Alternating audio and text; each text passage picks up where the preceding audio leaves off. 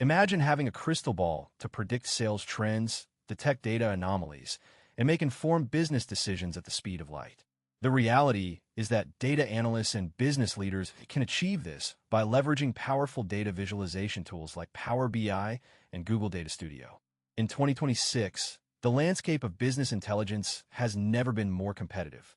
Two tools stand out from the crowd: Power BI and Google Data Studio.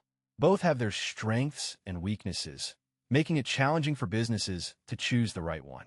In this video, we'll delve into the world of Power BI versus Google Data Studio, exploring their key features, benefits, and use cases to help you decide which one is best for your business insights.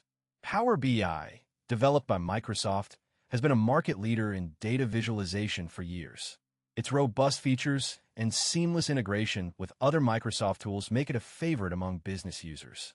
With Power BI, you can create